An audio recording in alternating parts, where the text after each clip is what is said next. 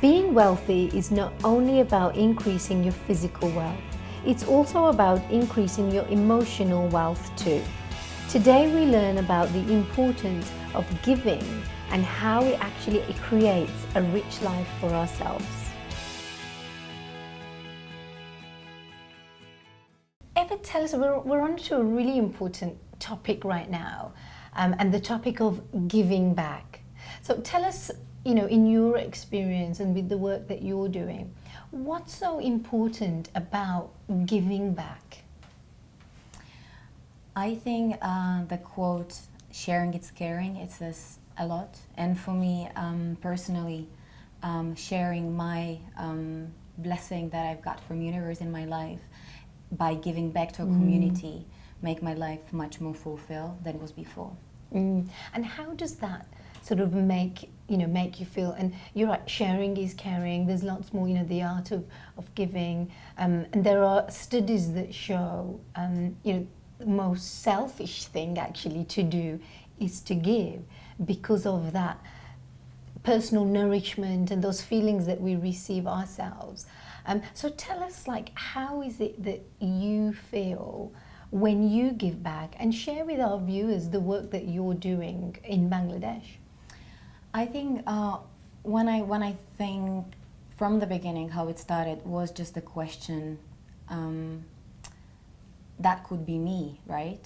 I could be born in the slum. I could be the one that I would then, be able to go to school and get that primary education like I did in my life before. So I felt that I'm very privileged, and that was basically what I had in my head from the beginning. So it could be me, and that was the fact when I decided I want to do something. I didn't know how. I don't know what to do, but I wanted to basically do something, and that what kept me going from the beginning when we started the project. So right now we have many children that we're helping in the slums to get the primary education in our C2C elementary school, and it's a wonderful and very rewarding work. It's not work. I think it's more like I wouldn't call it work. I don't know. And I know it's a passion. I love what I do. And we work on some projects together. We certainly went to Bangladesh together as well, and we held their hands of the kids. And I know certainly for me, when I give to charity, it's one of the richest feelings that I start to feel inside. We're talking about sort of richness and wealth, and it really defined it gave me a new definition of what wealth was. I think rich, it's not how much you have, but how much you give, and this is so true. Because in the end of the day, we have so much to share with one another. If it's a time, if it's a knowledge, if it's money, whatever it is, we have so much to share with one another if we feel for one another. So it's not necessarily going to places like Africa, Bangladesh, Egypt, whatever you choose, but it's basically starting today, making the right choice. How do I spend my money? How do I spend my time? Which kind of topic do I cover during the discussion when I have lunch or dinner with my friends? It's all about the choices that you make, and you can make a huge and significant impact on the life of others that you're surrounded by. That's so not just about giving to charity, and I really like what you've said there. So it's not about the money side of physically donating to different charities, but it's contributing by your gifts, time, blessings, and whatever you have in and your blessings. Life. Yes. So this is what I feel, that we have so much to share with one another if we want to. And tell us a little bit about how the first time you set up your foundation, and when you gift people with the gift of education to slum children in Bangladesh. Take us back to the first time that you did that. What did you feel when you actually gave that to these kids? It was incredible. I didn't expect it at all. Basically, when I came there for the first time, I wanted to support established charity or established project. I never thought about creating one. And because I saw something really bad happening around me, which I saw somebody showed me the face of the child and asked me to give them money, and I did, and I know that the money's been spent for something else. That's where I got really angry, and I knew that I need to react on that situation that I experienced, and that was the moment where I decided to ask the local partner that I met, and I gave him 500 dirhams, and I say, what do you think that we can do with this money?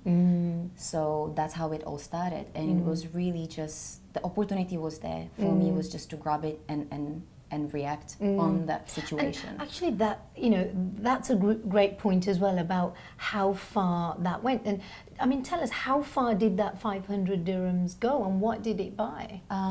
He basically chose 25 children from the slums, and he provided the uniform for them. He picked the teacher that she started to work on the project. Wow. He ran the room. So basically, when I came after 1 month, I saw the line of 25 beautiful children standing in front of me in the blue uniform and waiting for me with a banana in their hands. Wow. So that's how I felt like, this is it. You know, 500 dirhams, it's nothing, and such a huge difference I can make.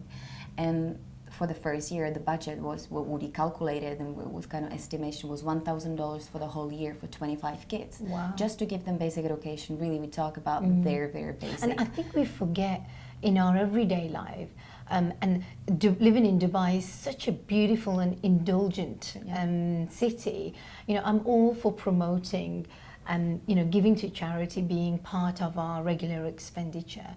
And like you said, you know, 500 dirhams, how far it can go, and how very quickly we can spend it on one item. Definitely. You know. So now, after 4 years, when we were as a team working really, really hard to try to basically sustain the budget and really enhance whatever we can in the school, we established the elementary school project, where we have 9 classrooms with 145 children, 19 full-time staff. So the whole operation cost us definitely much more, but the sponsorship, or the cost of one child, it's 1,500 dirhams for the whole year. And yeah, the chances are... And it's incredible. I mean, you know, I personally had the privilege of coming with you to Bangladesh and meeting these children. And I just want you to share with our viewers, it was such a story that blew me away. When, you know, you sort of every few months or so, you choose a couple of your children and take the excess donations that you receive as a foundation and take them to another, you know, underprivileged foundation like the Mother Teresa Missionary. And you know, and you take those children. So tell us a little bit. There's me telling the story. Tell us a little bit about that. It was just an idea, because we had a lot of generous supporters, and all the time they bring a lot of stuff and items. And sometimes working with the slum community, you face a different situation that you do not expect. So one of it was they start being jealous. Oh, why she got it? I didn't get it. You know. So, and avoid a certain problems that can cause by giving the donation. We sit down with the team and we said, like, let's just think about what can we do. Here is the Mother Teresa orphanage, basically helping orphans and children with the disabilities, which is autism and all kinds of different problems that they face. So we decided to have our first social responsibility campaign, where we basically get an extra donation, and took our children, and they were able to experience that beautiful feeling of giving, and they realize how privileged are they in their eyes, because they're healthy. So it's not about really how much you have, it's how much you give. It really blew me away when I saw that, and what I loved about that in particular was, not only are you providing that the privilege of education to the slum kids, you're teaching them a higher level of education. You're already teaching them how rich they are because of the ability that they have in their limbs, their eyes. Exactly. So, yeah, I just wanted to bring that up again, because the story of, you know, the slum kids, instead of giving them that story, or, you know, they're bottom of the line street kids and we're helping them, they're not. You know, and how rich are they, and how amazing is that for them to then take those gifts and give to those who can't see and walk and fend Exactly. for themselves. And it's the same with us. Whoever it's coming, it's such an eye-opener when you realize how much do we have and how much can we give if we want. So in the end of the day, you making a choice how to change your life. So choice to change, it's not about the elementary school in Bangladesh, but it's about the choice that you make to change your own life. How do you spend your time? How do you spend your money? How do you spend your information with others around you? So And what you find, and this is certainly what I've learned, I grew up giving. That's how my parents had brought me up. And one of the things that they taught us was that our very first wage, whether it be in a new job or a promotion, it was never ours. So we were always taught that first wage doesn't belong to me, Right, always right. belongs to a charity. So, you talked earlier a little bit about, how you wanted to give to a charity and then you don't know where that money went and then, you found a source. Share with us and sort of tell us how, let's say we've made a choice to change and to give to a charity. How can we choose? What would help us choose the right charity? I definitely suggest each and every one of you to go and visit that particular place. See, ask questions, seeing the children. I think that But what makes a how huge should we difference. choose what type of charity? Or there's so many You out have there. so many charities. I think it's everybody has a different preferences based on their own experience in life, and sometimes you're not choosing it. You just know that you should do it. You know, it's just following the gut feeling and really trying your best to give back. But the first moment, it's about making the right choice and going out of your comfortable zone and just seeing that place. And because of being in Dubai, you have so many beautiful places that you can go and visit, and it's in India, Bangladesh, Sri Lanka. You have so many beautiful places to go, and you can combine both.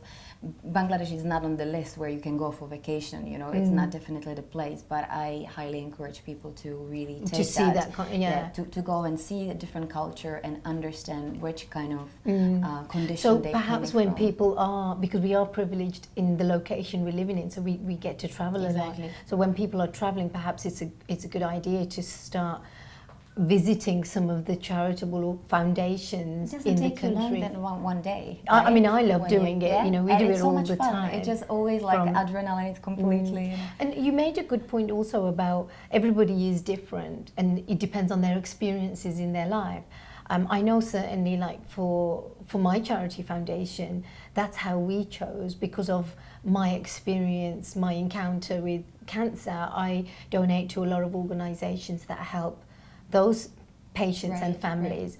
And one of my other biggest values is education.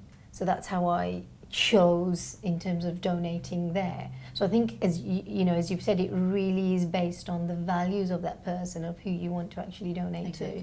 Exactly. Great. Thank you so much, Eva. It's been a pleasure to be here. It's a real pleasure. Much. Great conversation. Thank you. you. So let's move on to this week's viewer's question. My name is Asif. How much should I budget for? Very interesting question. When you look at your own personal income and expenditure, this is the place to start. Have a look at what is your necessity, so you know what your living expenses are. A good measure is always 10% of your income. Even if that is too much, you can always start with maybe 2%, 3%, 5%. So start with an amount, aim for about 10%. And like we've discussed, is have a look at which charity or which foundation you actually want to donate to and link it to your own personal values. The project for the week is finding the right charity. Now that you know how much you've budgeted a month for charity, let's decide who to give it to. First, start by writing down 5 topics that are important to you. Now, these are 5 things that you would stand for. So, for example, in my case, it would be providing education to children in poverty and also helping those suffering from cancer. So now for yourself, choose 5 that are important to you. Then choose which part of the world you want to allocate this to. And then pick one. So for the next 3 months, this is the area that you will contribute to. Now take some time to research different charity foundations that match what you stand for and the locations that are important to you. This makes contributing easier. Now do more research on finding out how this foundation actually works. And remember, giving is one of the greatest gifts you can give to yourself. Thanks again for watching UAE Money Talk. Let us know how you got on with choosing your charities. Leave your comments on the link below, and we look forward to seeing you for another episode of UAE Money Talk.